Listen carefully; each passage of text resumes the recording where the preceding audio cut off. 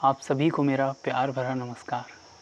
Pedal up के इस YouTube channel पर आप सभी का स्वागत है। ये वीडियो हमारी DSSB एग्ज़ाम 2023 सीरीज़ का पार्ट है। इससे पहले और भी वीडियो आ चुकी हैं। आई होप कि अगर आप अपनी प्रैक्टिस को बेहतर बनाना चाहते हैं तो आपने वो सारी वीडियो पहले ही देख रखी होंगी, और जिन लोगों ने वो वीडियो नहीं देखी है तो प्लेलिस्ट का लिंक हमने डिस्क्रिप्शन बॉक्स में दिया हुआ है, आप जाकर वो सारी वीडियो देख सकते हैं। तो चलिए शुरू करते हैं। उससे पहले अगर आप टेलीग्राम पर हमारी डेली कुछ को ज्वाइन करना चाहते हैं तो आपको सिर्फ इतना करना है कि टेलीग्राम पर जाकर आपको सर्च बॉक्स में पेडा कुछ सर्च करना है और आपको पेडा कुछ का ग्रुप मिलेगा, जिस पे हम रोज़ रात को 9 बजे 10 क्वेश्चनों का एक प्रैक्टिस सेट डालते हैं, जिसमें आपको पर क्वेश्चन के लिए 15 सेकंड दिए जाते हैं और at the end of the quiz आपको आपका रिज़ल्ट भी देखने को मिलेगा, जिससे आपको हर रोज़ ये पता चलेगा कि आपकी तैयारी कितनी बेहतर होती जा रही है। आप सभी को पता है कि पिछली वीडियो में हमने एक बोनस क्वेश्चन दिया था। अब समय आ गया है कि हम उस पर बातचीत करें। तो हमारा जो क्वेश्चन था वो था अ न्यूनेट चाइल्ड इज। हम एक न्यूनेट चाइल्ड किस बच्चे को कहते हैं? क्या कंसेप्शन से 14 दिन के बच्चे को, या जन्म से 14 दिन के बच्चे को, या जन्म से 2 साल तक के बच्चे को, या 2 से 6 साल तक के बच्चे को? तो इसका जो सही उत्तर है वो है बर्थ से 14 दिन के बच्चे को। कहीं कहीं देखने को ये मिला है कि न्यूनेट जन्म से 1 महीने तक के बच्चे को भी कहा गया है, लेकिन यहाँ ऑप्शन को देखते हुए मोस्ट अप्रोप्रिएट ये लगेगा कि जन्म से 14 दिन के बच्चे को न्यूनेट कहते हैं। अब अगर आप मुझसे पूछें कि तो फिर बताइए कि कंसेप्शन से 14 दिन के बच्चे को क्या कहते हैं, ये भी इम्पॉर्टेंट है क्योंकि ये प्री नेटल की स्टेज में आता है। इसे बोलते हैं जर्मिनल। क्या बोलते हैं? इसे बोलते हैं जर्मिनल पीरियड। जन्म कंसेप्शन से 14 दिन के, मतलब कंसेप्शन से 2 हफ्तों के समय को जर्मिनल पीरियड बोला जाता है, तो इसको याद रखिएगा। और बर्थ से 2 ईयर के बच्चे को सभी को पता है कि शैशवावस्था बोला जाता है। अगला क्वेश्चन है, पियाजे ने अपने सिद्धांत में किस कारक की उपेक्षा की है? आई होप कि पियाजे को आपने बहुत बेहतर तरीके से पढ़ा होगा। तो इसका जो सही आंसर है वो है लैंग्वेज। पियाजे ने लैंग्वेज की, अगर सही शब्दों में कही जाए तो उपेक्षा नहीं करी है, लेकिन पियाजे ने लैंग्वेज को बाई प्रोडक्ट माना है।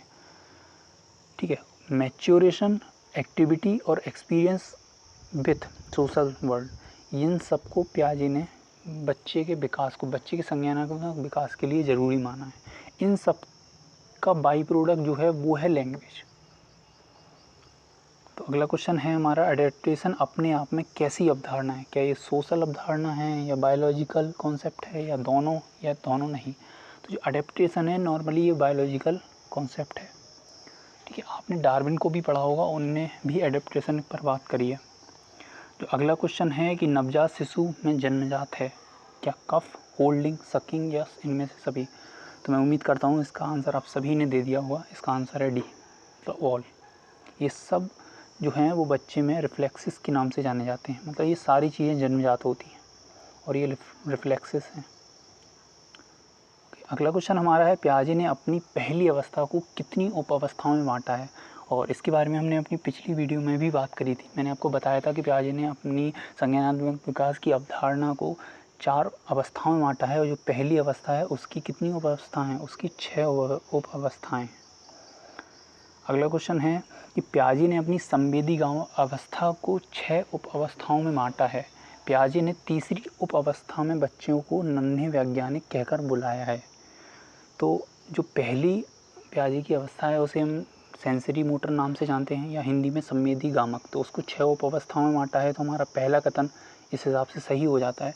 लेकिन दूसरा कथन कहता है कि पियाजे ने अपनी तीसरी उप अवस्था में बच्चों को नन्हे वैज्ञानिक कहा है।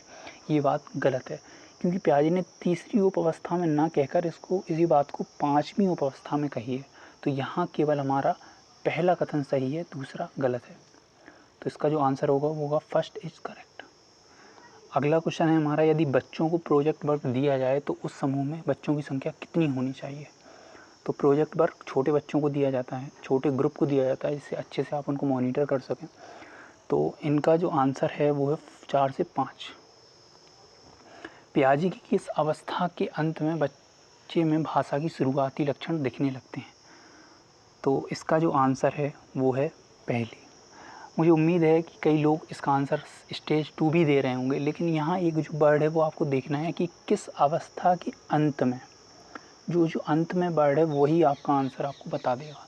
तो अंत में अगर बात करें तो ये आपकी पहली स्टेज के अंत में, मतलब पहली अवस्था की छठी उप अवस्था में कहीं ना कहीं बच्चे में भाषा के लक्षण दिखने स्टार्ट हो जाते हैं।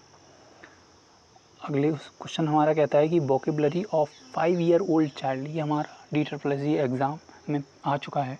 तो 5 साल के बच्चे की शब्दकोश में कितने शब्द होते हैं? तो इसका जो सही आंसर है वो है 2 से 2500। इसको आप NIOS में भी चेक कर सकते हैं, जो आपका 506 ब्लॉक है। हमारा अगला क्वेश्चन कहता है कि ह्यूमन लाइफ बिगिन्स विथ, जो मानव जीवन है वो उसकी शुरुआत होती है एक सेल से, 2 सेल से, या संयुक्त सेल से, या नन। तो हमारे जीवन की शुरुआत संयुक्त सेल से होती है। अगला क्वेश्चन कहता है कि मानव किसके साथ पैदा नहीं होता? इनमें से कौन सी चीज़ है जो हम जन्मजात लेकर पैदा नहीं होते हैं? क्या वो इंस्टिंक्ट हैं, रिस्पॉन्स हैं, रिफ्लेक्स हैं, या वैल्यू?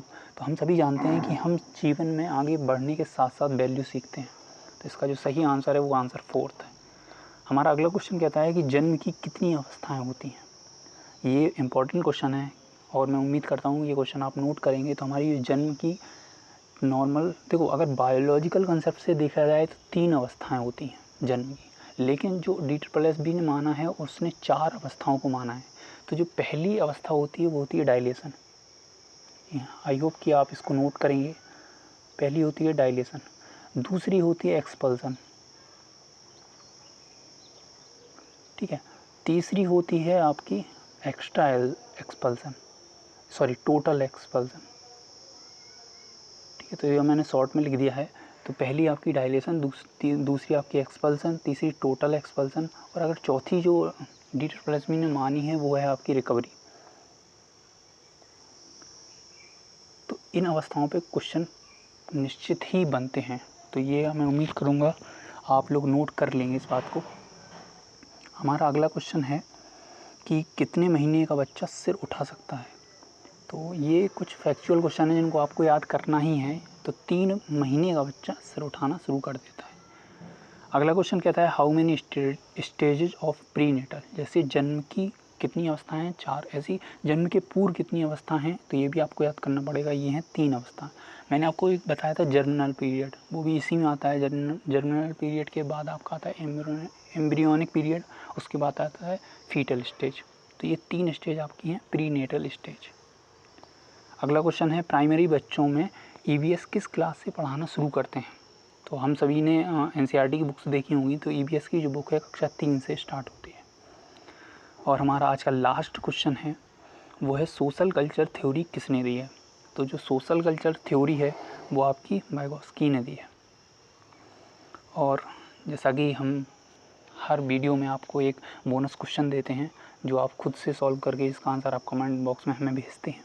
तो आज का बोनस क्वेश्चन है कि GRR क्या है?